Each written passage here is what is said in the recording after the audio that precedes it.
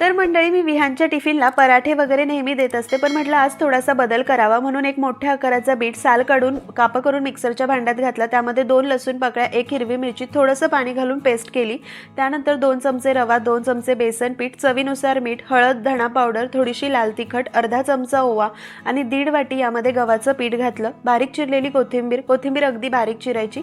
सर्व साहित्य एकजीव करायचं। तयार केलेली बीटची पेस्ट घालून या पेस्टमध्ये हे पीठ मळायचं। पीठ जास्त पातळ वाटलं तर थोडंसं गव्हाचं पीठ वाढवू शकतात आणि घट्टसर पीठ भिजवायचं। पेस्ट करताना जास्त पाणी घालायचं नाही। थोडंसं घट्ट वाटत होतं म्हणून पाणी त्याच भांड्यात घोळवून पीठ मळून घेतलं। छान घट्टसर पीठ मळलंय। 10 मिनिटं झाकून बाजूला ठेवूया। 10 मिनिटांनंतर त्याचे समान 3 भाग करायचे। एक गोळा घ्यायचा, त्याला तेल लावून मध्यम जाडीची चपाती लाटायची। खूप पातळ किंवा खूप जाड ठेवायची नाही।